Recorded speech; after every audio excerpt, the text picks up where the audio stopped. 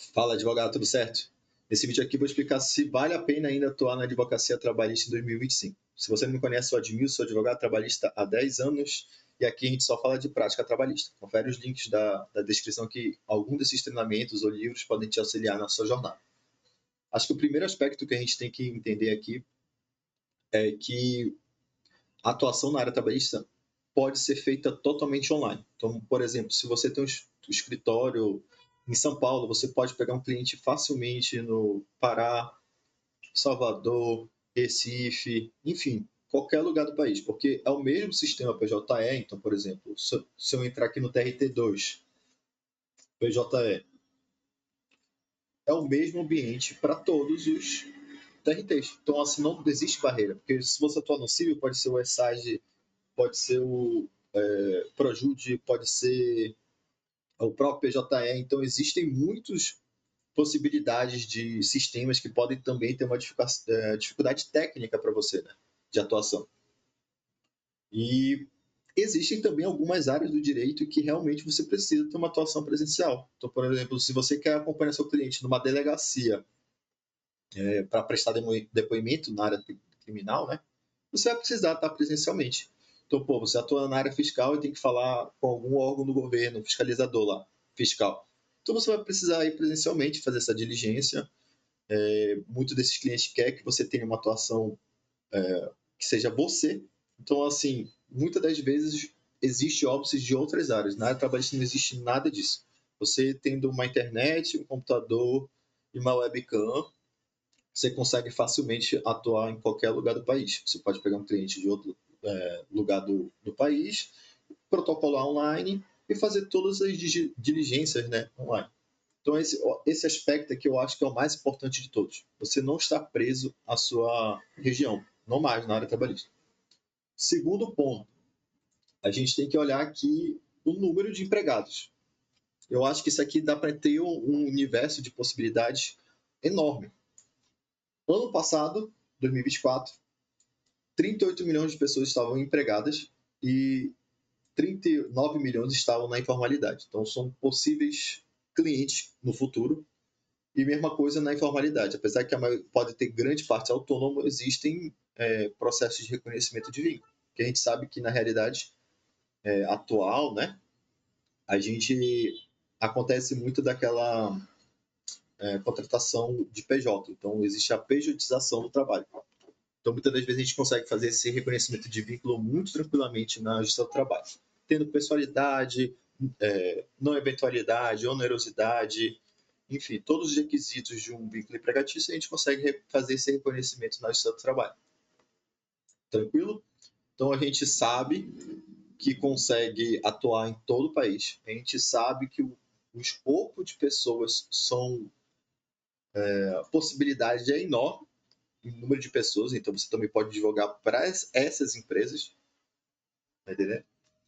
E um outro aspecto que eu acho que é muito importante para a gente pensar na área trabalhista é exatamente entender que culturalmente faz muito sentido a gente atuar nessa área. Por que eu digo isso?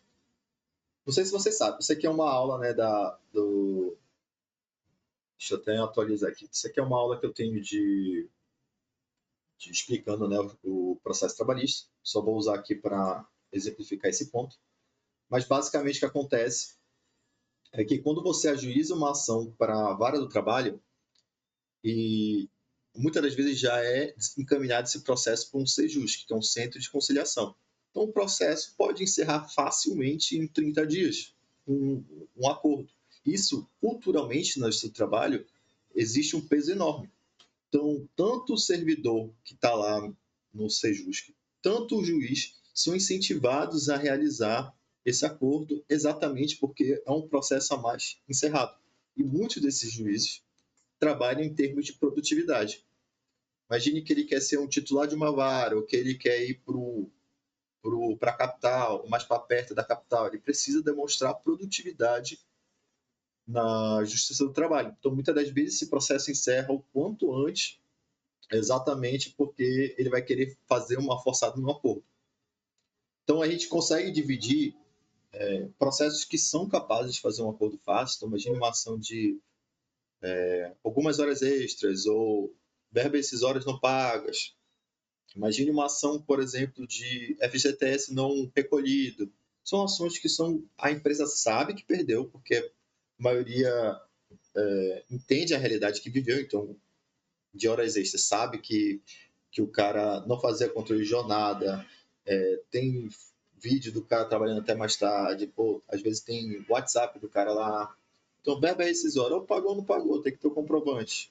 Recolhimento do FGTS, mesma coisa. Então, assim, são algumas ações que o cara sabe que vai perder, então é muito melhor para o advogado da outra parte reduzir esses danos do que ao contrário, do que ficar batendo, a não ser que seja uma determinação da própria empresa de ganhar o máximo de tempo possível, mas faz muito sentido culturalmente até para encerrar o processo o quanto antes na área trabalhista. Então, a gente entendeu que pode atuar online, tem muito acordo e tem essa possibilidade de muitos clientes em termos de número mesmo, de pessoas que estão trabalhando. Agora, alguns pontos negativos, contrários, que eu poderia citar aqui, para ver se realmente vale a pena em 2025 ou não você atuar na área trabalhista. Eu acho que uma atuação que não está focado em técnica vai ficar muito para trás. O que eu vejo de advogado fazendo lambança em audiência, e você sabe, a audiência trabalhista geralmente a maior dor de cabeça dos advogados. Exatamente porque existe o princípio da oralidade na justiça do trabalho. Então, você precisa praticar o ato na hora, fazer as perguntas corretas, de forma correta também, ser bastante estratégico, e essa atuação amadora fica muito para trás. Você vai, com certeza, perder muita ação se você não atuar de forma eficaz nesse tipo de processo. Então, se você não procurar esse conhecimento, ir atrás, estudar. Por isso que tem treinamentos aqui na descrição, se você quiser se profissionalizar. Mas também tem outros dezenas de vídeos aqui no canal que eu falo sobre atos importantes que você pode fazer na sua ação para aumentar nessa possibilidade de chance, né? Que a gente, como advogado, a gente não atua em êxito, né? Então, a gente tem que se profissionalizar para poder conseguir atuar de forma mais perfeita possível, correto? Esse é um ponto negativo. Muita gente amadora atuando e muita gente deixando dinheiro na mesa por não saber o que está fazendo na ação. Segunda coisa que eu acho que é muito importante em termos de uma questão mais negativa. Quando você atua numa ação trabalhista e quer colocar pedidos muito complexos, você tem que entender que quanto mais pedidos, imagine uma ação que tenha vários pedidos, acidente do trabalho, hora extra, insalubridade. Então, aqui, pô, acidente vai ter perícia, periculosidade, insalubridade vai ter perícia, vai ter que ter instrução para ver os outros pedidos, vai ter não sei o quê. Numa condenação, se for 100 mil, a empresa vai recorrer. Esse processo vai demorar bastante. Tem processos aí que eu conheço que demora 4, 5, 6, 7 anos. Então, se você colocar um processo muito complexo, você tem que entender que você está plantando para colher bem mais lá para frente. Em paralelo, você precisa ter essas outras ações mais simples, para poder ter esse fluxo de caça de acordo, de encerramento de processos mais rápido. Então, pô, a ação de verba rescisória, uma ação de não reconhecimento do FGTS. Precisa ter essas ações mais simples no seu portfólio para exatamente ver o dinheiro entrando.